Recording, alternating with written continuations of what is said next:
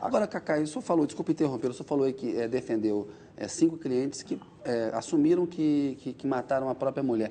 Não incomoda defender um cidadão que o senhor sabe que ele matou a mulher num país com uma cultura machista como o Brasil? Eu jamais teria como tese a defesa da honra. Essa é uma tese de uma outra geração, que evidentemente a minha defesa é técnica. Eu costumo dizer em júri, e eu gosto de olhar no olho do jurado e falar para o jurado o seguinte: vocês tenham certeza que nunca vão me ver sentado num banco por corrupção, por estelionato, por qualquer crime desse tipo. Mas sentado naquela cadeira do réu, no crime doloso contra a vida, qualquer um pode um dia sentar. Perder a cabeça, violenta emoção. Evidente, ninguém pode saber o dia de amanhã. Essa é a realidade. Então eu inclusive gosto da figura, alguns criminalistas são contrários a você ter o réu sentado ali naquela cadeira bem frente ao jurado. Eu acho que não, acho que é importante mostrar. Porque eu acho que, de certa forma, você mostra uma realidade que pode ser a realidade de qualquer um que esteja, em determinado momento, que está sentado, mesmo na condição de jurado. Entendeu? Eu acho que é importante você ressaltar a dor daquele cidadão sentado ali. Não, mas é uma certa humilhação. Eu não acho que seja uma humilhação. Eu acho que é uma exposição necessária, está sendo acusado de um crime de tirar a vida de alguém. Cacá, o senhor também é um bom contador de histórias. Tem algum caso muito engraçado na tua carreira, um cliente que o procurou, uma situação muito inusitada? Tem, eu tenho alguns casos, mas tem um especialmente que eu acho interessante.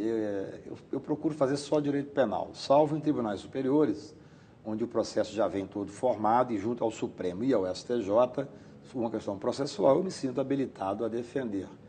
Mas eu fui procurado por um empresário bastante conhecido porque a mulher dele estava se separando dele e ela tinha procurado uma advogada em São Paulo, que é famosa na área de direito de família, e ele falou: olha, Cacá, eu quero que você enfrente essa advogada. Eu falei: olha, eu não vou fazer isso, direito de família não é minha área, nunca fiz direito de família, salvo como cliente, que eu já me separei algumas vezes e tal.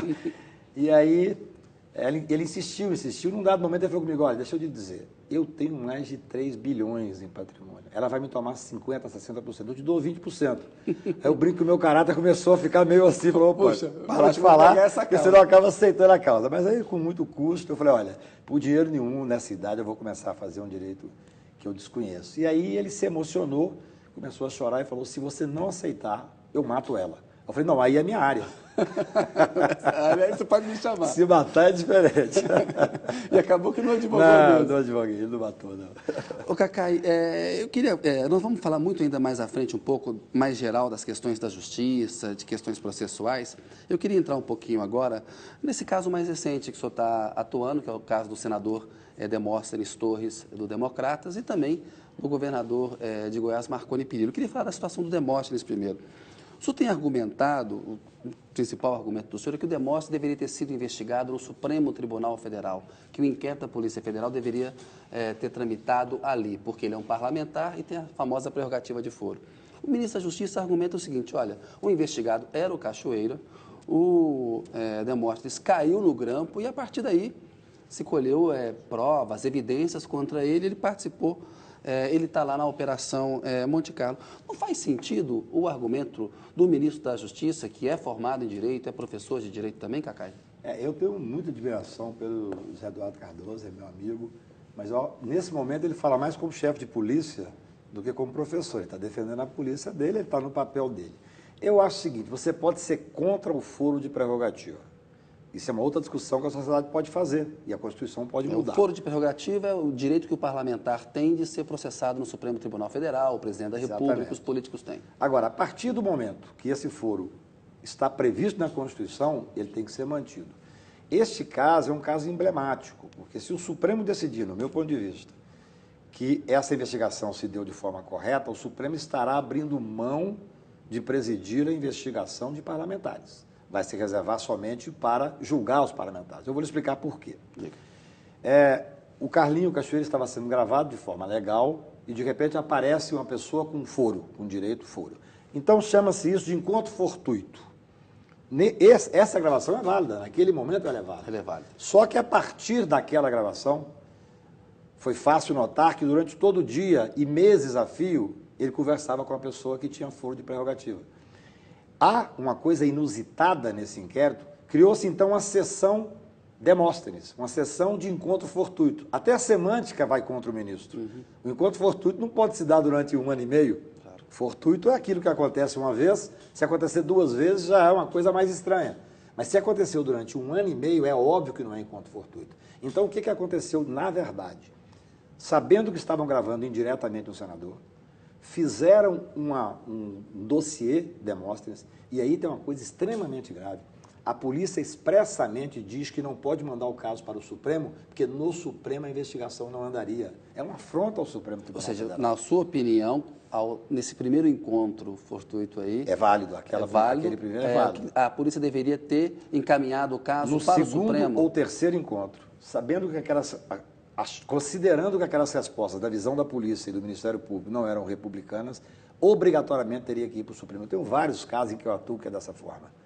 E o que é grave é que a polícia e o Ministério Público dizem que não vão mandar para o Supremo, inclusive porque no Supremo não daria nada. Ou seja, foi uma burla à Constituição.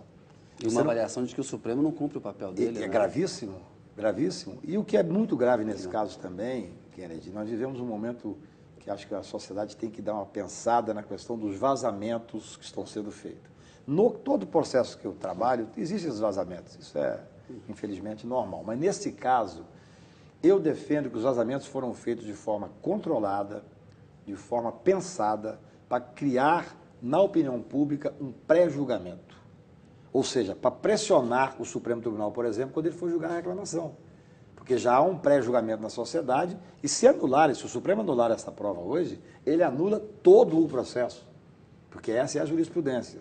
A Constituição pode colocar em risco toda uma investigação legal feita a respeito do Cachoeira. Não tenha dúvida. Há 4 anos atrás, eu atuei num caso que, na época, o presidente da turma do STJ, o ministro Nilson Naves, disse que era o caso criminal mais importante da história do STJ. O caso Sandal, eu sustentei da tribuna, e nós anulamos uma investigação de 2 anos e meio, em que estavam lotados lá 4 delegados por conta, vários da Polícia Federal. Nós anulamos tudo porque a prova foi de forma ilícita. Cacá, eu tenho que fazer aqui um intervalo, mas eu queria deixar uma pergunta para o senhor responder no próximo bloco, que é a seguinte: quando o senhor alega que a investigação foi feita de modo irregular, fala dos vazamentos, o senhor é um advogado inteligente, um advogado de nome, sabe o que está fazendo no campo do direito. Mas não me parece, como que o leigo, e olhando como jornalista, como cidadão, que nunca o Demóstenes entra no mérito das acusações que ele sofre, né? De certa forma, uma defesa muito processual, muito técnica, não é uma confissão de culpa do senador em relação ao conteúdo, aos próprios atos dele? Vou te pedir, você pensa aí no intervalo para você responder no próximo bloco. A notícia volta daqui a pouco com Antônio Carlos de Almeida Castro.